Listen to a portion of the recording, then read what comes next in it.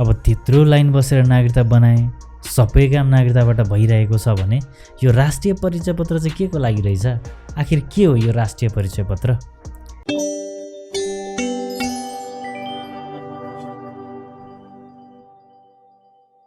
देशको नागरिकहरूको पहिचान खुलाउने सबैभन्दा बलियो आधार नै राष्ट्रिय परिचय पत्र हो, जसमा व्यक्तिको वैयक्तिक र बायोमेट्रिक विवरणहरू समावेश भएको हुन्छ। हुन त नागरिकता पनि एक प्रकारको राष्ट्रिय परिचय पत्र नै हो, तर यसमा नागरिकको सबै कुराहरू चाहिँ समावेश गर्न सकिएको थिएन र कतिपय गैर नागरिकहरूले समेत यसको दुरुपयोग गरेको पाइयो। अहिलेको राष्ट्रिय परिचय पत्रमा भने व्यक्तिको सम्पूर्ण विवरणहरू प्रष्ट देखिने रङ्गीन तस्बिर, 10 वटै औँलाको औँठा छाप, विद्युतीय हस्ताक्षर, आँखाको लेन्स जस्ता विवरणहरू डिजिटल रूपमा राखिने भएकोले यो नागरिकताभन्दा धेरै नै विश्वासिलो हुन सक्छ भने भविष्यमा नागरिकतालाई नै यसले रिप्लेस समेत गर्न सक्ने अनुमान गर्न सकिन्छ। नागरिकता चाहिँ पेपर प्रिन्टमा हुन्थ्यो भने राष्ट्रिय परिचय पत्र भने विदेशको जस्तो विशेष चिप जडित स्मार्ट कार्डको रूपमा पाउन सकिन्छ, जुन सजिलै स्क्यान गरी भेरिफाई समेत गर्न सकिन्छ।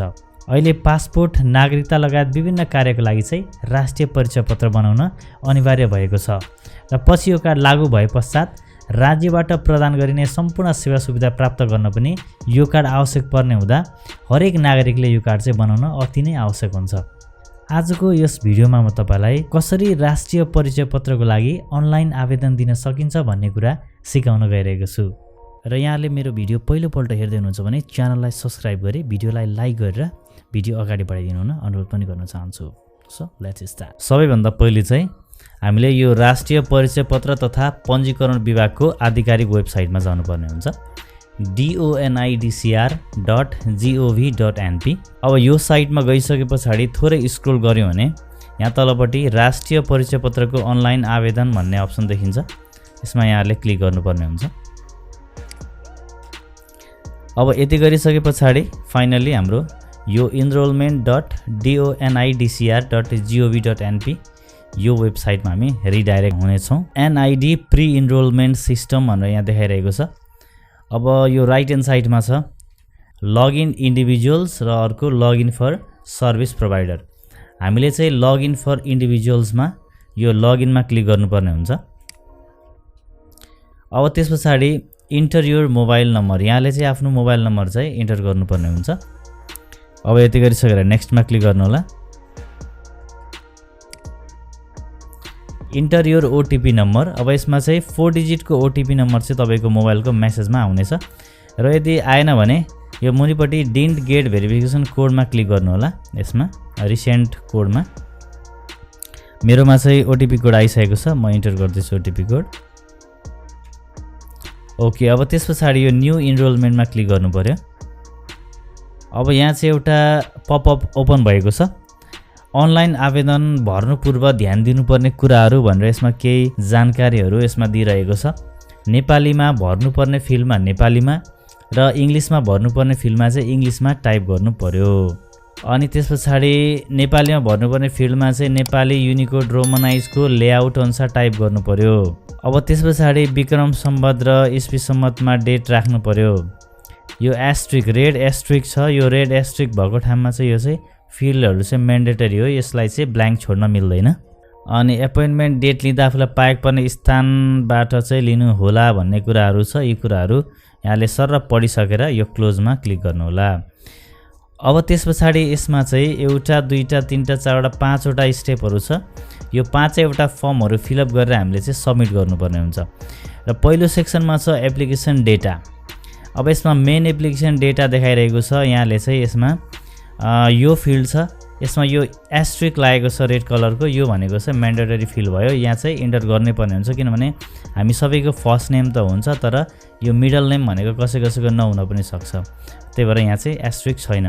अब पहिलो नाम छ नेपालीबाट यहाँहरूको पहिलो नाम लेख्नु होला र त्यस पछाडि यतापट्टि अङ्ग्रेजीमा लेख्नु होला पहिलो नाम र बीचको नाम।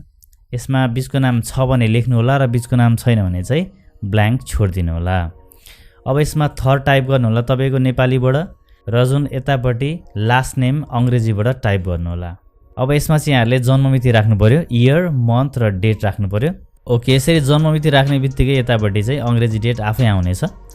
अब जन्मस्थान भनेको छ बर्थ प्लेस, यहाँबाट यहाँले चुज गर्न सक्नुहुन्छ यसरी स्क्रोल गरेर। अब त्यस पछाडि तपाईँहरूले नागरिकताको किसिम चुज गर्नुपर्ने हुन्छ। यहाँ क्लिक गरेर वंशज हो कि अङ्गीकृत हो कि यो कुराहरू चाहिँ यहाँले चुज गर्नुपर्छ। नर्मल्ली हामी नेपालीहरूको चाहिँ वंशजकै नागरिकता हुन्छ प्रायः। हाम्रो बाबुबाजे पनि नेपाली हो भने हामीले वंशज चुज गर्नुपर्ने हुन्छ। अब यो साइडमा नागरिकता नम्बर राख्नु पर्यो, यो म्यान्डेटरी छ, रेड स्टार भनेको म्यान्डेटरी हो, यहाँ चाहिँ राख्नै पर्छ। यहाँको नागरिकता नम्बर जस्ताको तस्तै राख्नु होला। र नागरिकता कुन जिल्लाबाट जारी भएको, यहाँ क्लिक गरेर चाहिँ आफ्नो नागरिकता कुन जिल्लाबाट जारी भएको त्यो जिल्ला चाहिँ यहाँबाट चुज गर्नु होला। र त्यस पछाडि नागरिकताको जारी मिति यहाँनिर उल्लेख गर्नु पर्यो। इयर 4 डिजिट इयर लेख्नु होला सुरुमा, र 2टा डिजिटको मन्थ अनि 2टा डिजिटको चाहिँ डे राख्नु होला। यो चाहिँ नागरिकताको पछाडिपट्टि अन्तिममा हुन्छ यो जारी मिति चाहिँ। अब त्यस पछाडि मुनिपट्टि एडिसनल इन्फर्मेसनमा चाहिँ यहाँको जेन्डर चुज गर्नु पर्यो, यहाँ महिला हो कि पुरुष हो। र त्यस पछाडि वैवाहिक स्थिति यहाँले लेख्नु पर्यो, यहाँ चाहिँ सिङ्गल हो कि म्यारिड हो। र त्यस पछाडि पितृको स्थिति भनेको छ आफ्नो बाबुबाजे चाहिँ नोन हो कि अननोन हो, हाम्रो चाहिँ नोन हो। त्यस पछाडि शैक्षिक योग्यता, यहाँको एजुकेसनल क्वालिफिकेसन कति छ त्यो चुज गर्नु होला। स्नातक तह चुज गरेँ मैले। यहाँको व्यवसाय चुज गर्नु होला के हो भनेर। र त्यस पछाडि जाति चुज गर्नु होला। जातिमा चाहिँ मैले ब्राह्मण चुज गरेँ। र धर्म चुज गर्नु होला, हिन्दू धर्म। ओके, अब यति चुज गरिसके पछाडि हामी यो मुनिपट्टि नेक्स्ट बटन छ, यो नेक्स्ट बटनमा क्लिक गरौँ। ओके, अब त्यस पछाडि हामी यो एप्लिकेन्ट पर्मानेन्ट एड्रेस भन्ने सेक्सनमा पुगिसकेका छौँ। अब यो सेक्सनमा चाहिँ यहाँले फोन नम्बर राख्नु पर्यो, ल्यान्डलाइनहरू छ भने। र त्यस पछाडि यसमा चाहिँ आफ्नो मोबाइल नम्बर राख्नु पर्यो। यो नम्बर चाहिँ राख्दाखेरि बेटर हुन्छ, किनभने यहाँले चाहिँ आफ्नो यो कार्ड बनेको जानकारी चाहिँ यहाँले चाहिँ एसएमएस मार्फत पाउनुहुनेछ। अब त्यस पछाडि प्रदेश चुज गर्नु होला यहाँबाट। र त्यस पछाडि यहाँको जिल्ला यहाँबाट चुज गर्नु होला, यहाँको कुन जिल्ला हो भनेर। र त्यस पछाडि यसमा चाहिँ गापा नपा चुज गर्नु होला, यहाँबाट चाहिँ मोरङको उर्लाबारी वडा नम्बर 5 यसको नाम।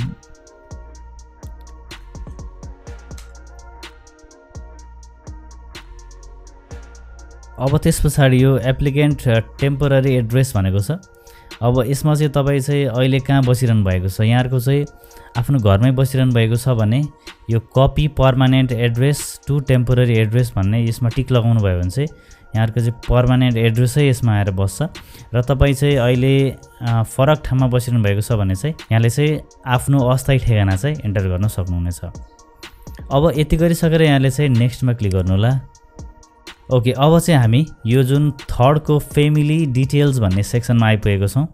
र त्यस पछाडि यसमा फादर्स डिटेल भनेको छ, आफ्नो बुवाको डिटेलहरू चाहिँ यसमा राख्नु पर्यो। ओके, यो सेक्सनमा आफ्नो बुवाको पहिलो नाम राख्नु पर्यो, यता अङ्ग्रेजीमा राख्नु पर्यो। र मिडल नेम बिचमा केही बहादुर कुमार केही छ भने त्यो राख्नु पर्यो। र त्यस पछाडि यता थर राख्नु पर्यो, नेपालीमा, यता अङ्ग्रेजीमा थर राख्नु पर्यो। र नागरिकता प्रमाणपत्र नम्बर राख्नु पर्यो बुवाको। र राष्ट्रिय परिचय पत्र नम्बर 6 भने राख्नु पर्यो, छैन भने ब्ल्याङ्क छोडिदिनुहोस्, किनभने यहाँ रेड स्टार छैन। अब राष्ट्रियता भनेको नेपाली हो, नेसनालिटी नेपाली लेखिदिनुहोस् यतापट्टि। र त्यस पछाडि फादर्स पर्मानेन्ट एड्रेस भनेको छ, बुवाको पर्मानेन्ट एड्रेस यहाँबाट चुज गर्नु होला। र त्यस पछाडि यसमा copy applicant's permanent address to father's permanent address भन्ने छ। यहाँको एड्रेस र बुवाको एड्रेस चाहिँ एउटै हो भने, अर्थात् यहाँहरू चाहिँ बुवासँगै बसिरहनु भएको छ, यहाँको ठेगाना र बुवाको ठेगाना एउटै हो भने यसमा कपीमा क्लिक गरिदिनुहोस्, यहाँको ठेगाना चाहिँ यो सरक्कै यसरी आउनेछ। ओके, अब त्यस पछाडि यहाँले मदर्स डिटेल राख्नुपर्ने हुन्छ। आफ्नो आमाको पहिलो नाम राख्नु होला नेपालीमा, यतापट्टि अङ्ग्रेजीमा राख्नु होला। र बिचको छ भने बिचको राख्नु होला। र त्यस पछाडि थर राख्नुहोस् आफ्नो आमाको नागरिकता नम्बर। यहाँलाई थाहा छैन भने ब्ल्याङ्क छोडिदिए पनि हुन्छ, यो म्यान्डेटरी छैन। र थाहा छ भने राख्नु होला। र त्यस पछाडि राष्ट्रिय परिचय पत्र नम्बर पनि आमाको थाहा छ भने राख्नुहोस्, थाहा छैन भने छोडिदिनुहोस्, यो म्यान्डेटरी छैन। राष्ट्रियता नेपाली, यता पनि नेपाली लेख्नु होला। र त्यस पछाडि मदर्स पर्मानेन्ट एड्रेसमा यहाँहरुको चाहिँ आमासँग हुनुहुन्छ भने अथवा यहाँहरुको पर्मानेन्ट एड्रेस र आमाको एड्रेस चाहिँ एउटै हो भने यो कपीमा क्लिक गर्नु होला, नत्र भने आफैले यसमा टाइप गर्न सक्नुहुनेछ। अब त्यस पछाडि ग्रान्डफादर्स डिटेल छ, आफ्नो हजुरबुवाको डिटेल राख्नु होला, नाम राख्नुहोस्, यता अङ्ग्रेजीमा राख्नुहोस्, बीचको नाम, थर, राष्ट्रिय परिचय पत्र नम्बर छ भने राख्नु होला, छैन भने ब्ल्याङ्क छोडिदिनु होला। अब त्यस पछाडि ग्रान्ड मदर्स डिटेल, आफ्नो हजुरआमाको नाम, थर र राष्ट्रिय परिचय पत्र नम्बर छ भने राख्नु होला, छैन भने ब्ल्याङ्क छोडिदिनु होला। र त्यस पछाडि सपोज डिटेल भन्छ, आफ्नो श्रीमान वा श्रीमतीको डिटेल चाहिँ राख्नु होला। यहाँहरु चाहिँ म्यारिड हुनुहुन्छ भने यो अप्सन आउनेछ र यहाँहरु सिंगल भर्नु भएको छ भने यो अप्सन चाहिँ आउँदैन। यहाँहरुको श्रीमान वा श्रीमतीको पहिलो नाम, बीचको नाम, अन्तिम नाम र त्यस पछाडि थाहा छ भने नागरिकता प्रमाणपत्र नम्बर र त्यस पछाडि राष्ट्रियता यो राखेर चाहिँ र यसमा चाहिँ सपोज पर्मानेन्ट एड्रेस, यसमा चाहिँ यहाँहरुको श्रीमान वा श्रीमती चाहिँ यहाँहरुसँगै हुनुहुन्छ, अर्थात् यहाँहरुको एड्रेस र श्रीमान श्रीमतीको एड्रेस चाहिँ एउटै हो भने यसमा कपी गरिदिनु होला। यदि होइन भने यहाँले आफूले टाइप गर्नु होला। र यसमा गार्जियन्स डिटेल आउँछ, आफ्नो गार्जियन को छ, यसमा गार्जियन्सको पहिलो नाम राख्नु होला, बीचको नाम र थर, अनि नागरिकता नम्बर छ भने राख्नुहोस् र नेसनालिटी राख्नुहोस्। र त्यस पछाडि गार्जियन्स पर्मानेन्ट एड्रेस, यहाँहरुको गार्जियन कता हुनुहुन्छ, यहाँहरुसँगै हुनुहुन्छ, एउटै एड्रेस हो भने कपी गरिदिनुहोस्। यदि होइन भने अलग हुनुहुन्छ भने चाहिँ यहाँले चाहिँ आफ्नो फरक ठाउँ पनि यहाँले चुज गर्न सक्नुहुनेछ। अब त्यस पछाडि सम्पूर्ण डिटेलहरु फिल गरिसके पछाडि यो नेक्स्ट भन्ने बटनमा क्लिक गर्नु होला। ओके, अब त्यस पछाडि हामी गयौं एपोइन्टमेन्ट भन्ने सेक्सनमा।